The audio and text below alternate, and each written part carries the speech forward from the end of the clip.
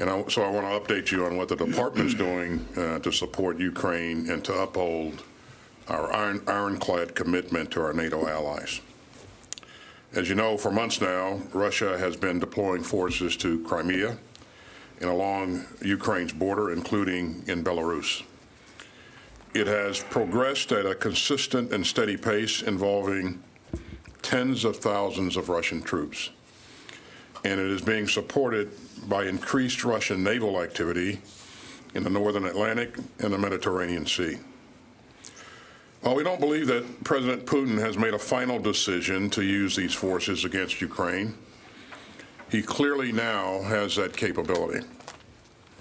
And there are multiple options available to him, including the seizure of cities and significant territories, but also coercive acts or provocative political acts like the recognition of breakaway territories.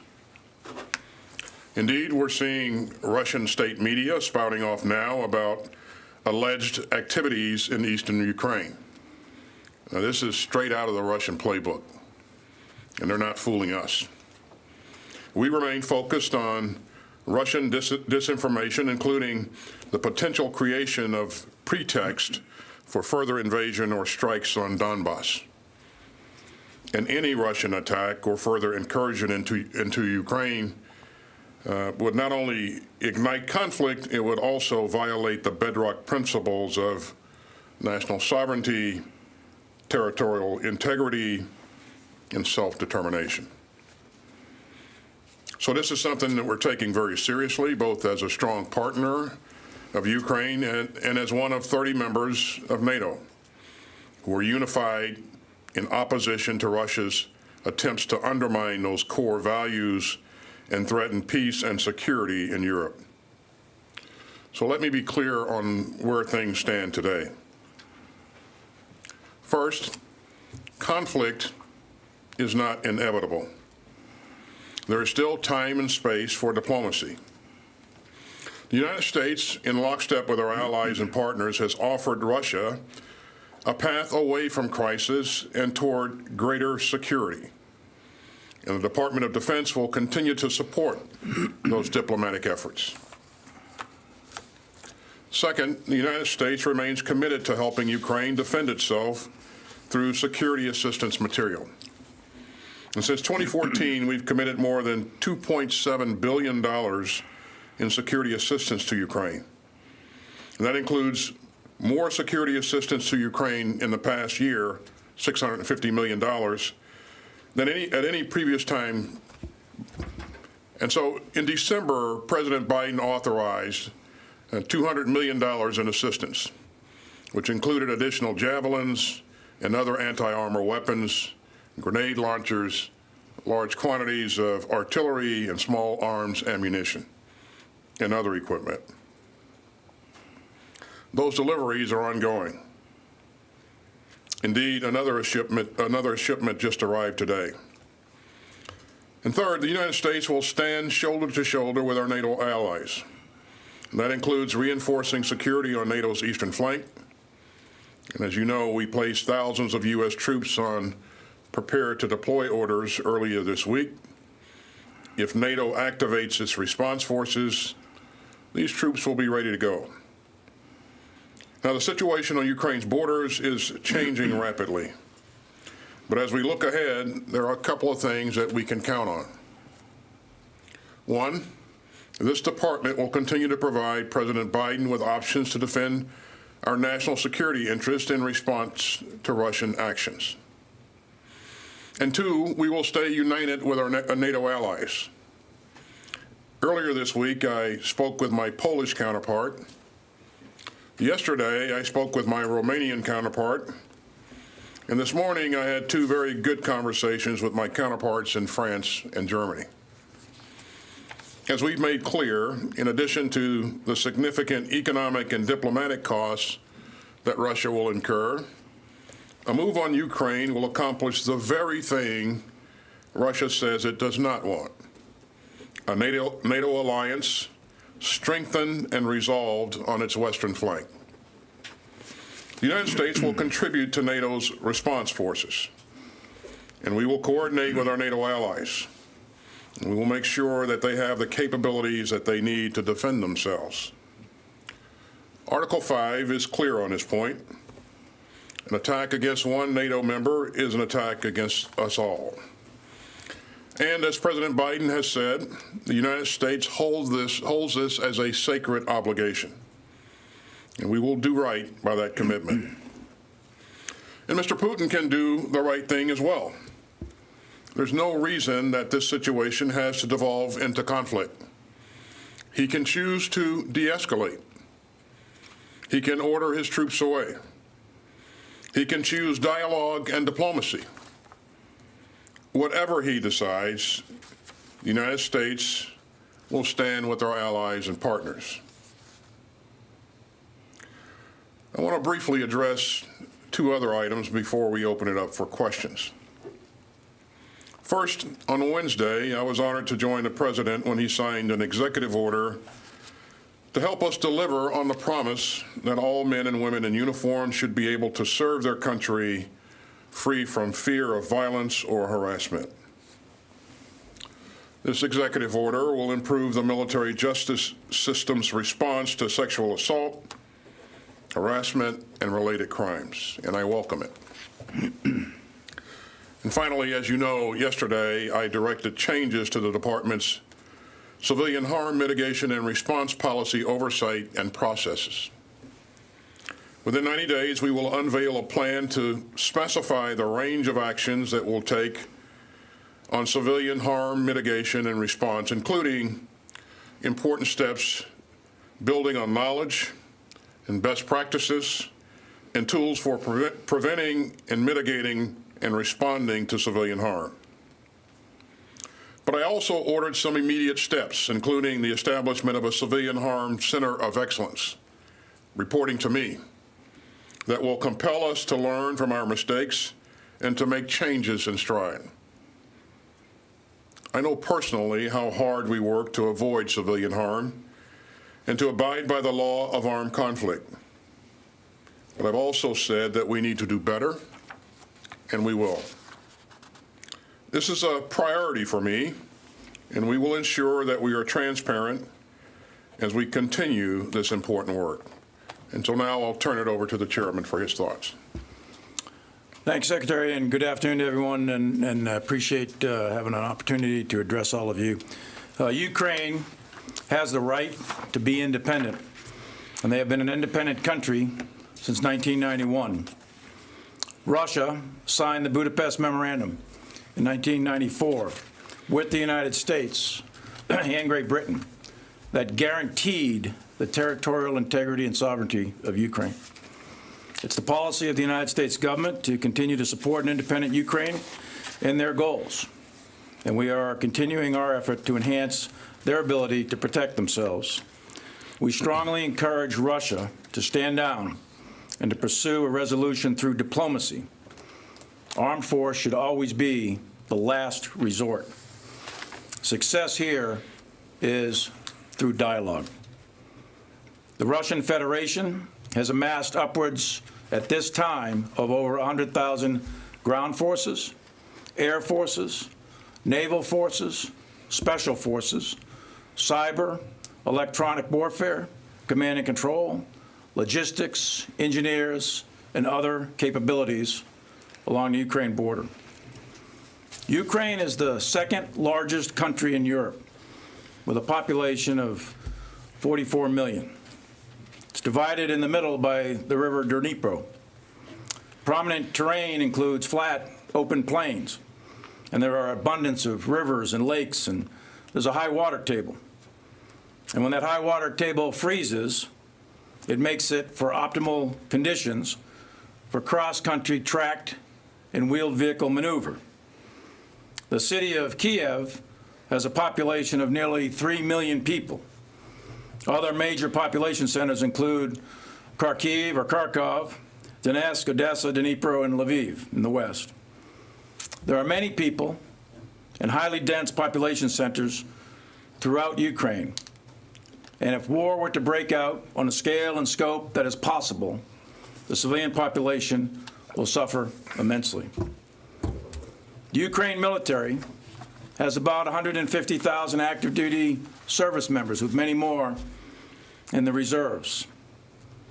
They consist of multiple units, sea, air, land, and they are currently disposed and arrayed throughout Ukraine with a high density on the eastern section and a line of contact in the Donbass region. Ukraine has other units, and they maintain artillery, air defense, airfields, bases, depots, and they have a highly regarded territorial force and people's militia.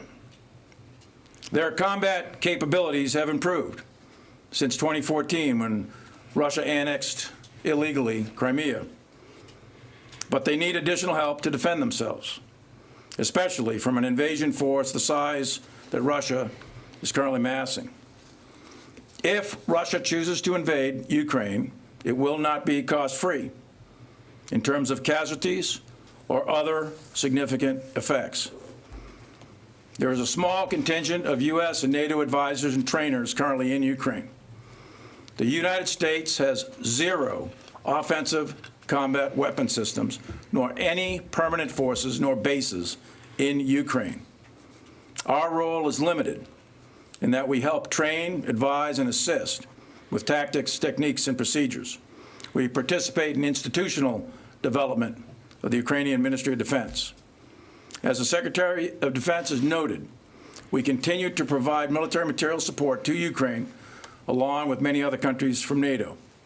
And we are ready, capable, and prepared to uphold our obligation under treaty to NATO. As mentioned by the Secretary, an attack against one NATO ally is an attack against all. NATO has significant military capability.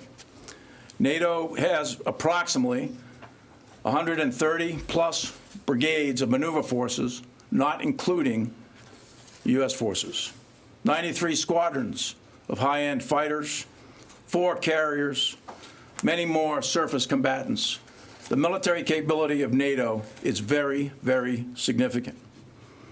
In addition to bordering Russia and Belarus and Moldova, Ukraine has a border with 4 NATO members: Poland, Slovakia, Hungary, and Romania. The President and the Secretary of Defense have authorized the United States military to increase our readiness in the event we have to reinforce or assist our NATO allies. War is not inevitable, as the Secretary said. The right answer here is a diplomatic solution. I look forward to your questions. Thanks, Chairman. We'll turn to questions now, and we'll start with Lita. Thank you. Thank you both for doing this. Mr. Secretary, and at first, can you say whether any U.S. troops have begun moving either into or in and around Europe? And if not, can you give us an idea when that might happen? And then secondarily, how much risk is it to send additional U.S. troops to the eastern flank? Russia, even today, has said they see little room for compromise right now. Does sending additional U.S. forces to that region hand Putin an excuse to make an incursion into Ukraine? Well, thanks, Lita. You know, I think you can assume that any time that we think about troop movements, we always consider the impact that that's going to have on leaders' minds and their decision making. I just make 2 points, and you raised this earlier. We haven't actually moved any troops. We put troops on higher alert. And the second point that I would make, Lita, is that even if and when we do move troops, the purpose of those troops deploying would be to reassure allies or directly in support of NATO or both. So I think that, again, before we make any decisions on readiness or movement of troops, we always take those things into mind, what other leaders, the impact on other leaders. Yeah, I just echo what the Secretary said. We haven't deployed anybody. We haven't moved anybody yet. We're just increasing our readiness levels. And I think in terms of your question about provocation with respect to Russia, that would depend on the size, scale, scope, and type of forces that were deployed as to whether or not that was provocative to Russia. We certainly have no intent whatsoever that I'm aware of putting offensive forces to attack Russia, and I don't think that's NATO's intent at all. This is entirely engineered by Russia and President Putin as an overt act of coercion against Ukraine. We'll go to the phone now. John, I think Helene is up, Helene Cooper. Yes, sir. And so we'll go to Helene next. Hi, thank you, Secretary Austin and General Milley, for doing this. I have a questions for both of you. For Secretary Austin, you said in your opening statement that Vladimir Putin clearly now has the capability to enter Ukraine. Has he put in place the military hardware and troops that he would need to launch a full-scale invasion of all of Ukraine, the whole country?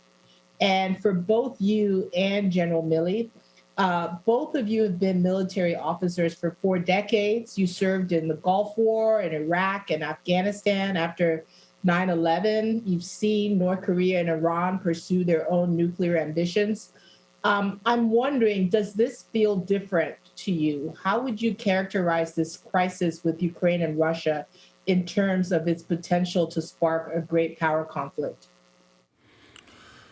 Well, in terms of whether or not he has enough forces to conduct a full-scale invasion, Helene, you heard the chairman say earlier that he's got north of 100,000 troops in the border region. That gives him a number of options. And what he's done as he's continued to move troops and resources into the region is increase his options. And so we won't predict where his decisions will take him, but we remain concerned about the range of options that he could pursue, and we'll stay focused on his problem set. And I'll turn to the chairman there for his thoughts. Yeah, in terms of the size of the forces that are amassed right now, they could. It's potential. We don't think there's been a decision, as the Secretary already made that point. But sure, with 100,000 troops, and you've got combined arms formations, ground maneuver, artillery, rockets, you got air, and all the other piece parts that go with it. There's a potential that they could launch on very, very little warning. That's possible.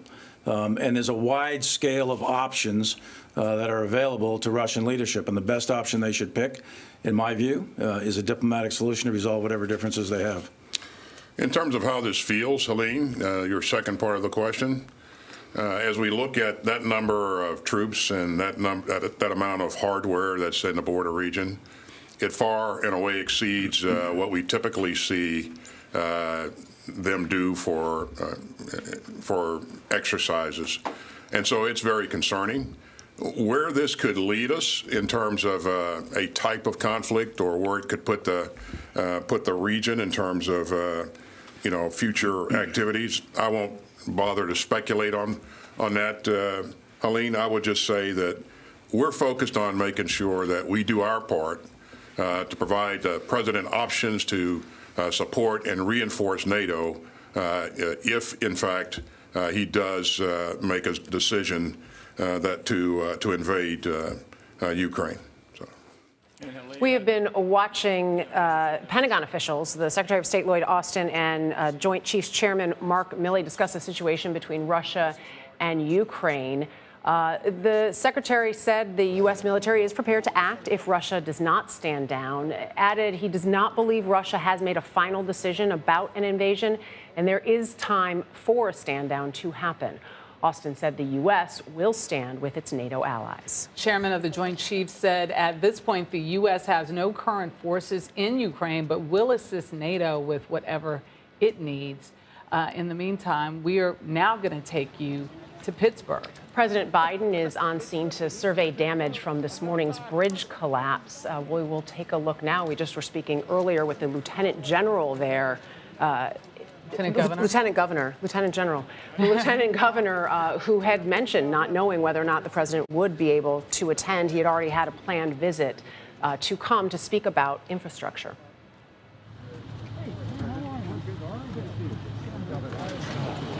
Wish I could see.